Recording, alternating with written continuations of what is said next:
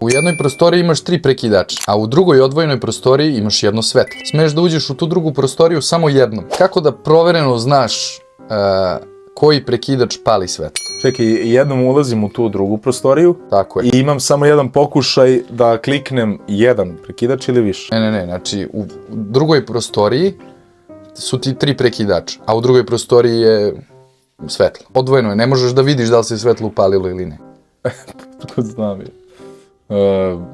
Onaj koji nisam pipnuo.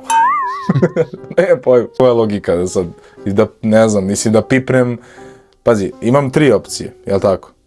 Dobro. I koliko ja puta imam to da proverim, to je fora. Ti možeš 1000 puta da pališ i gasiš te prekidače pre nego što uđeš u prostoriju.